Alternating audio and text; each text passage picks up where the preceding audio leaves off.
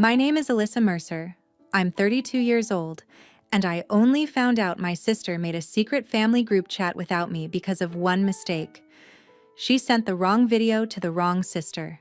Around midnight in my Phoenix apartment, a notification popped up with her name and a thumbnail of my parents at a restaurant table. I was finishing work and half thinking about the automatic transfer I'd set up for their rent when I tapped play. In the clip, my mother waved her phone and bragged that I had wired her $2,000 just because she'd called it urgent and I hadn't even asked why. My father leaned back and said, "I did it because I craved their attention, because I was easy to push." Then my sister's voice cut through everything as she joked about how much their ATM had paid out so far this year and promised to update the spreadsheet later. They didn't know I could hear them. They thought that video was headed into the chat where they planned how to use me. Before the clip ended, they had already laughed about spacing out the emergencies so I wouldn't get suspicious, like I was a bill they'd learned how to game. I stared at my phone, then at the confirmation screen for the next transfer they were expecting, and something in me finally snapped. That accidental video didn't just expose them, it started the chain of events that would erase every advantage they had ever taken from me. Before I tell you what he said, and what happened after I walked out, tell me, what time is it for you right now? And where are you watching from? I'm curious to see how far this story will travel. The next morning, my apartment felt like a different place. I had not slept.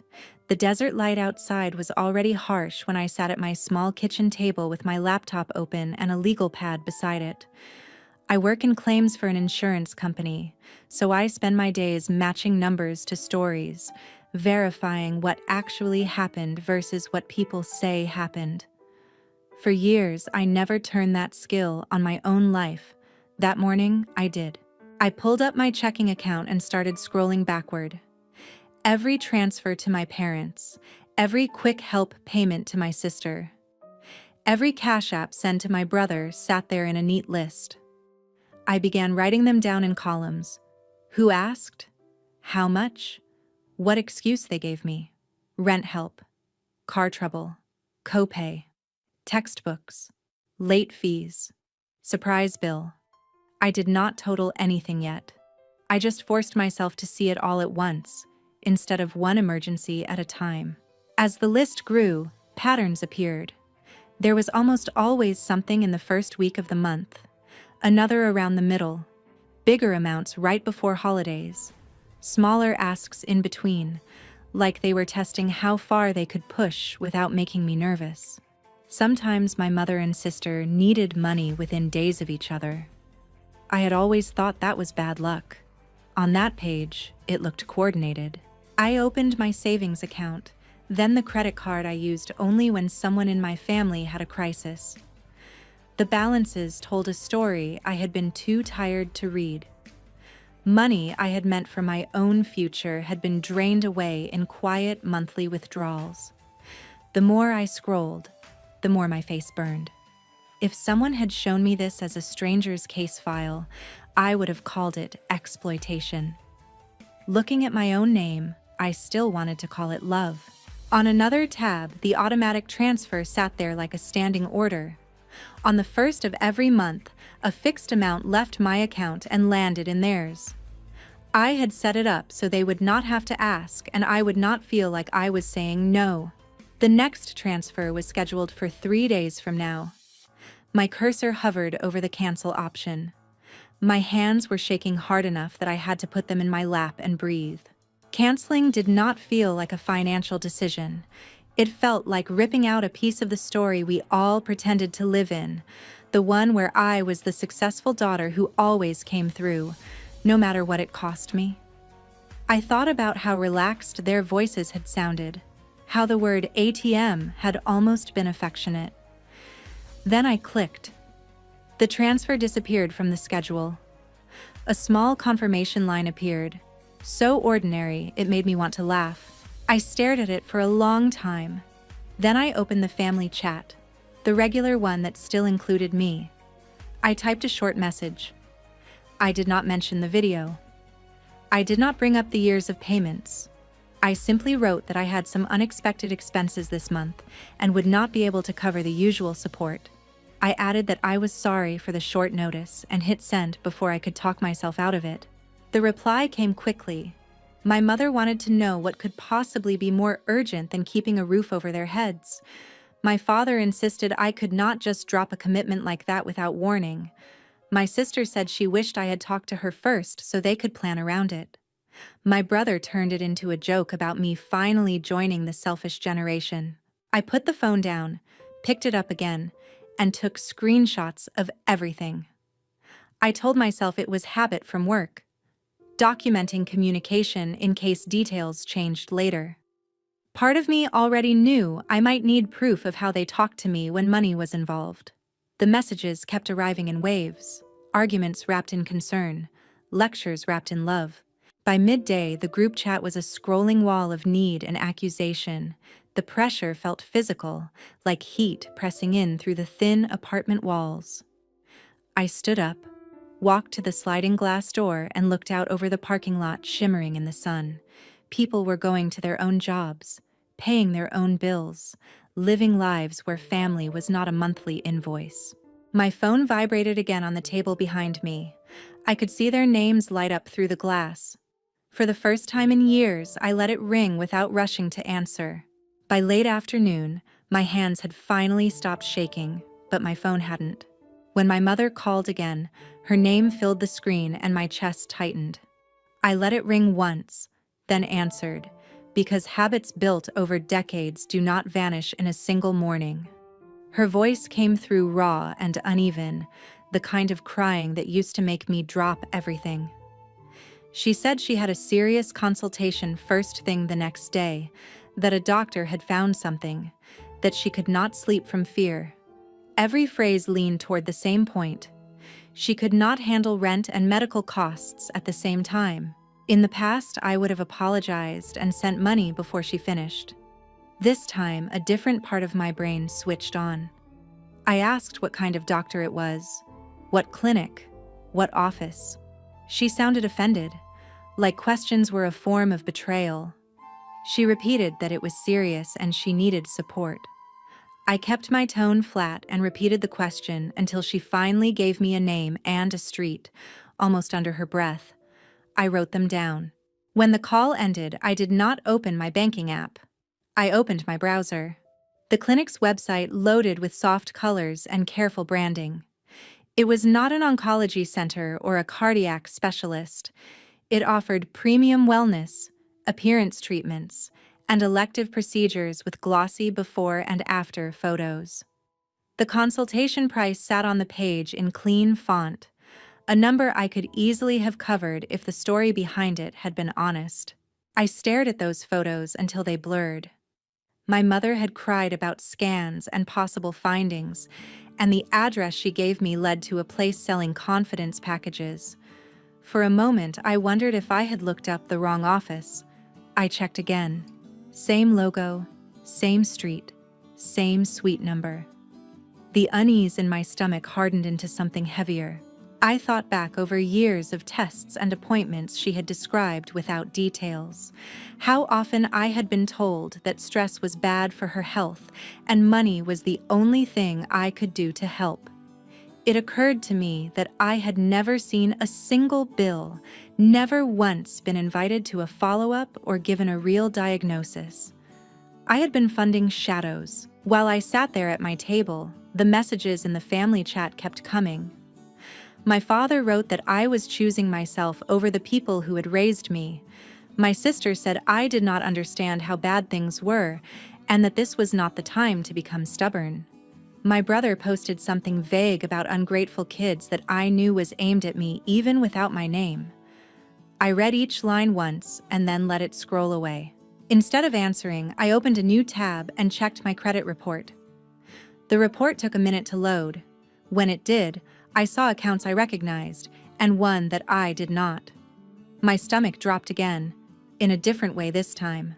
There was an inquiry from a small finance company in a city I had never visited, and a note that someone had tried to confirm my information. I sat very still. I had not applied for anything. I had not co-signed for anyone. The only people who routinely used my full legal information were the same ones filling my phone with accusations. My work phone buzzed on the counter just as I was trying to decide whether I was overreacting. I almost ignored it until I saw the name on the screen. It was a coworker from another department, Noah Kim, someone I usually only spoke to about data and project timelines. His voice was careful as he said he hoped it was okay to call about something personal. He told me a lender had contacted the company to verify employment and income for me as part of a review. That was normal on its own. What was not normal was the way the application listed my contact details and a second person with my last name tied to the same address I had left years ago. From what he could see, the other person had marked me as a backup. Heat crept up the back of my neck. I thanked him for letting me know and said I would look into it. After we hung up, I sat in the quiet kitchen. Money was one thing. Guilt was one thing. But if my information had been attached to something I had never seen, then this was not just about being treated like an endless wallet. It meant that somewhere, my name might already be on papers I had never agreed to sign. Over the next 2 days, I treated what Noah had told me like another claim file that needed to be untangled.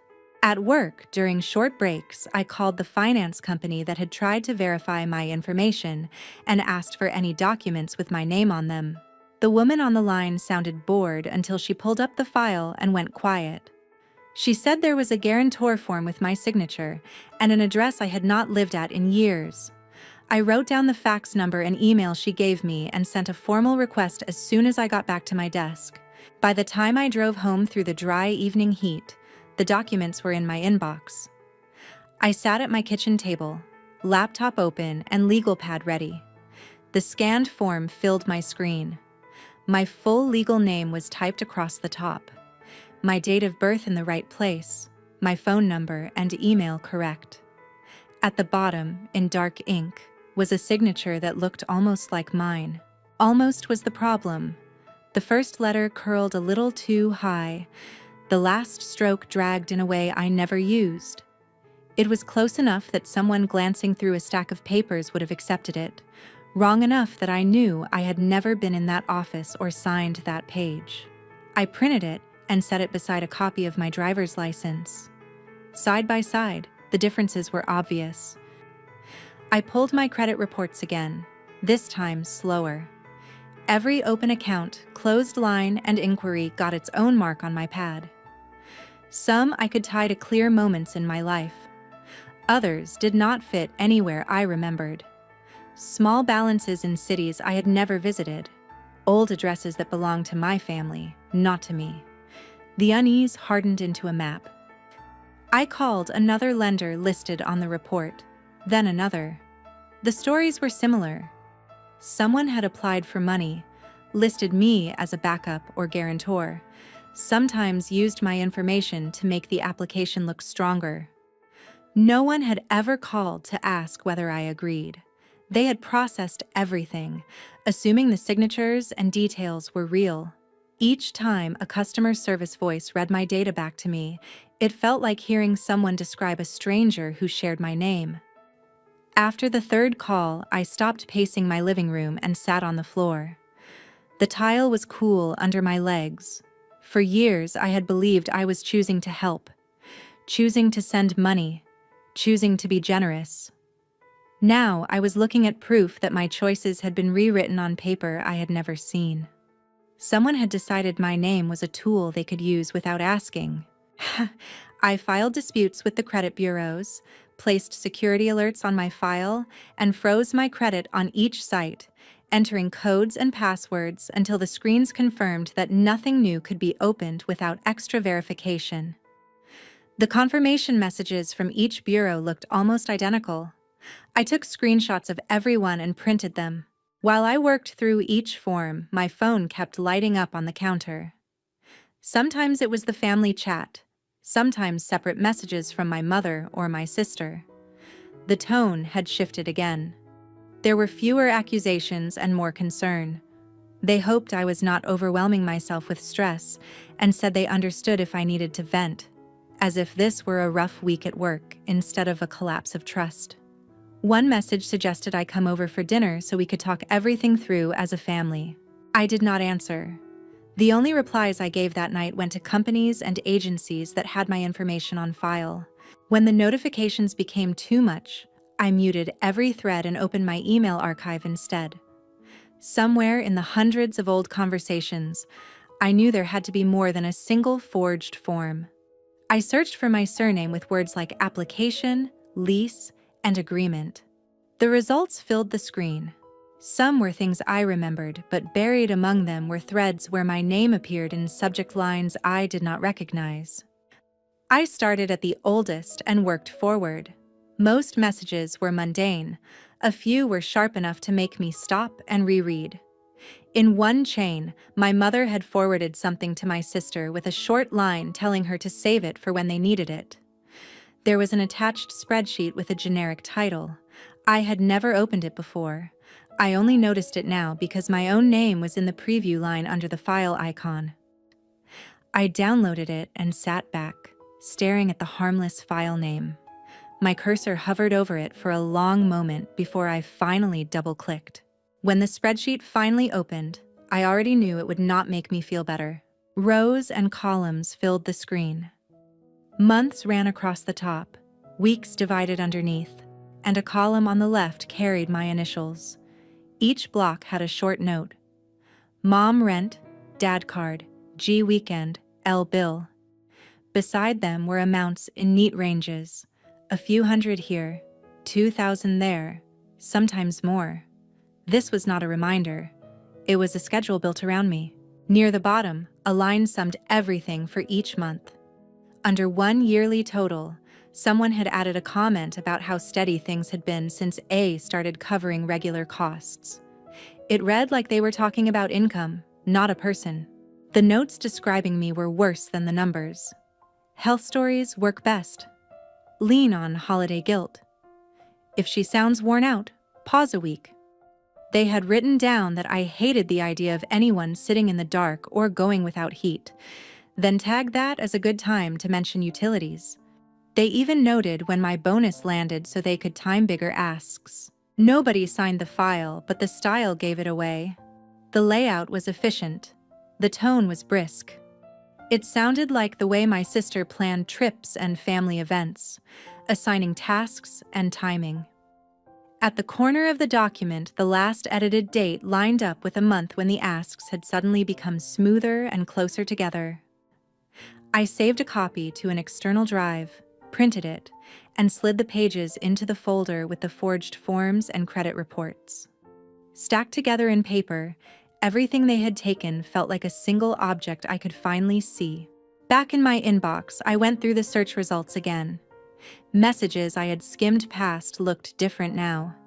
In one thread, my mother told my sister not to ask twice in the same week, so I would not get nervous.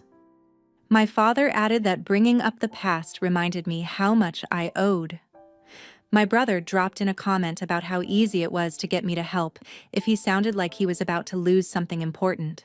They were not planning how to solve problems. They were planning how to talk to me.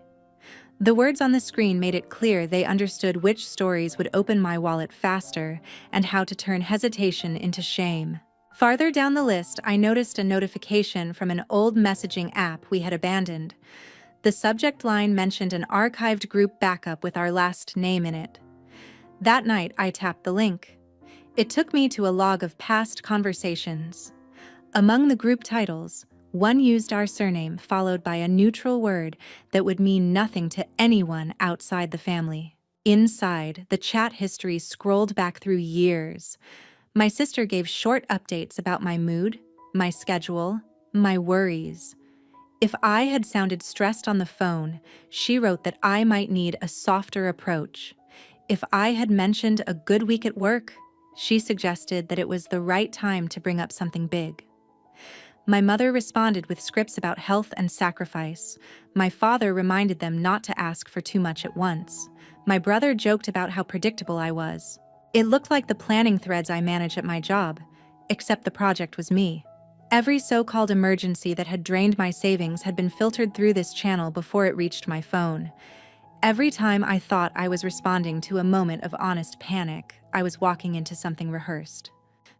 I printed what I could, saving screenshots when the export tools failed. By the time I was done, my coffee table was covered in pages. Each sheet held another piece of proof that what I had labeled generosity, they had treated as strategy. Eventually, I gathered everything into piles. One set went into the folder in my closet, another went into a plain box under my bed. Redundancy is what we do in my field when we expect a claim to be disputed. I realized I was preparing for a fight I had never wanted, but no longer had the option to avoid. Only after the box was in place did I turn my phone back on. I went straight to the group chat that included all of them and typed a single line telling them to come to my apartment the next evening at 7.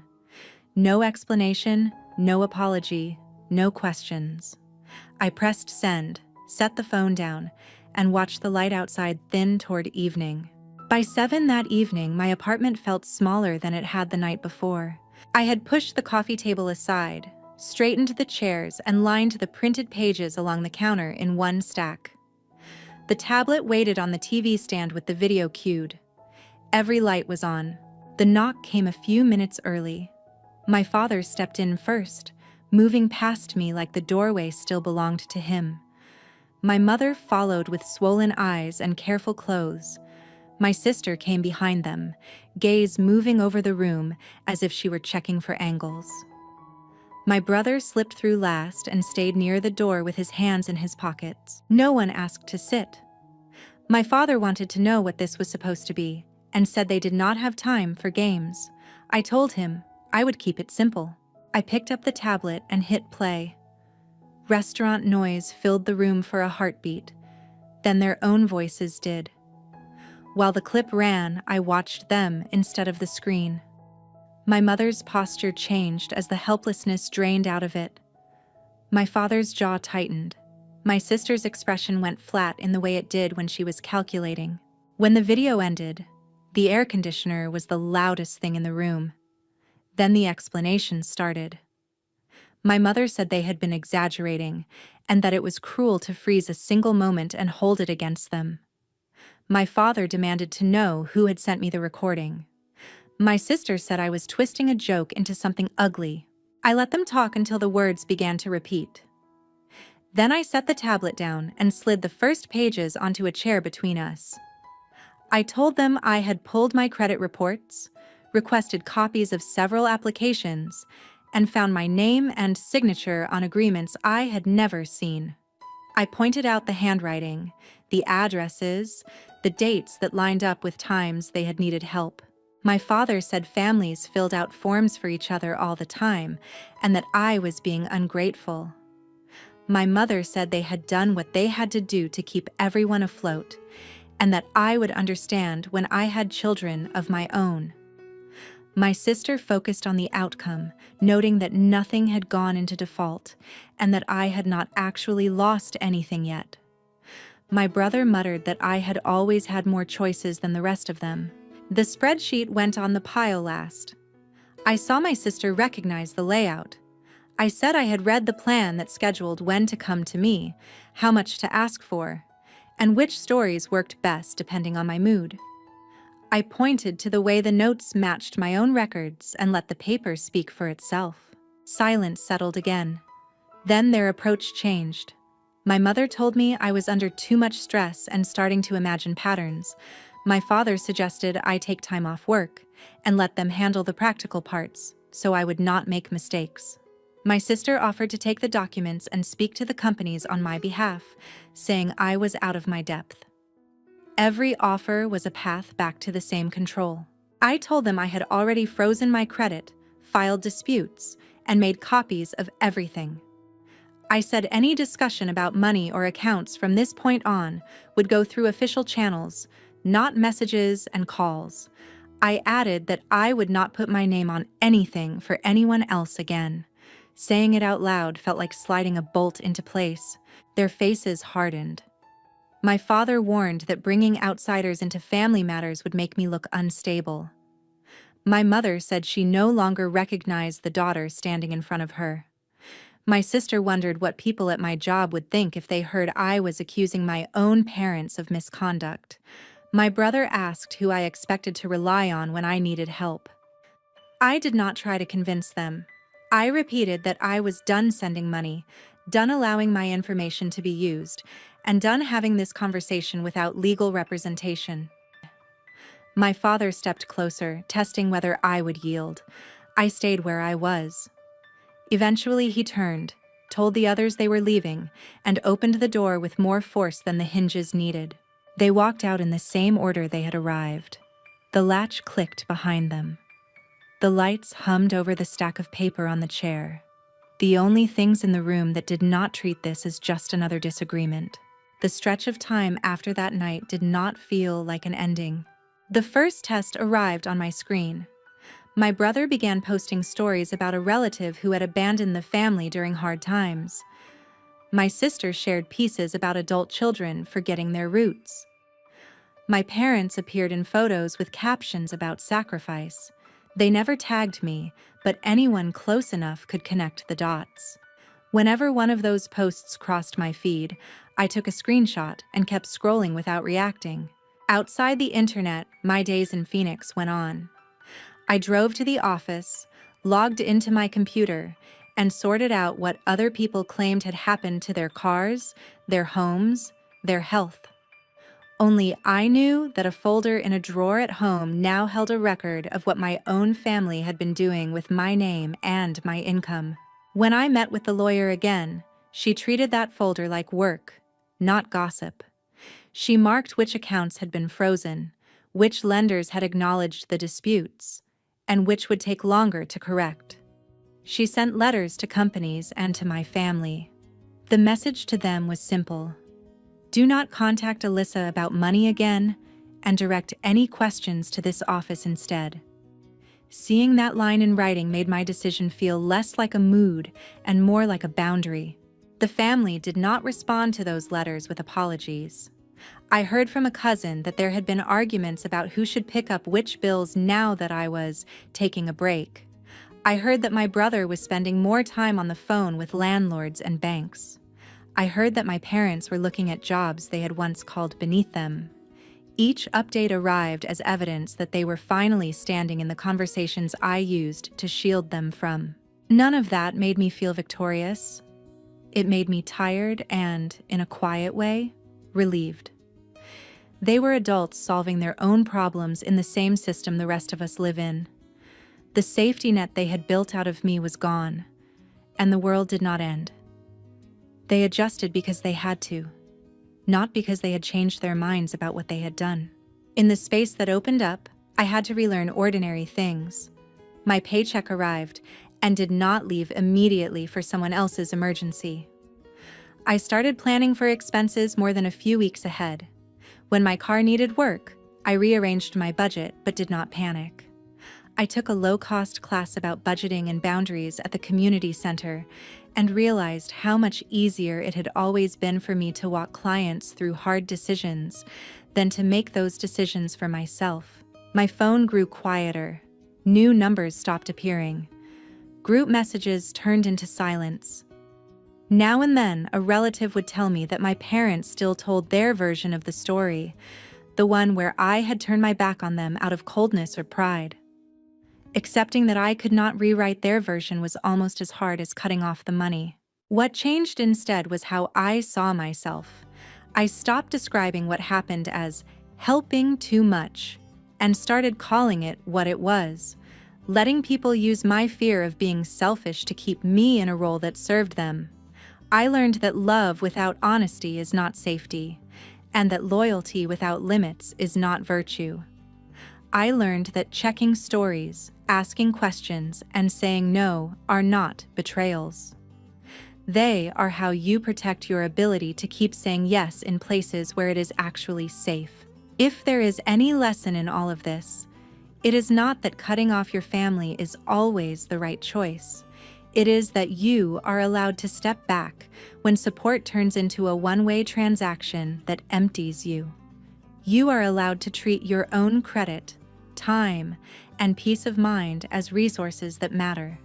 You are allowed to expect the people who claim to love you to respect basic facts and boundaries. I still live in the same garden-style apartment in Phoenix. The view from my kitchen window has not changed. What has changed is that when I look at my accounts, at my calendar, and at my reflection before work, I see my life belonging to me again. Thank you for listening to my story all the way through. If something in it made you think about your own boundaries or helped you feel less alone, you can share it or leave a comment so that someone else who needs to hear it might find it too.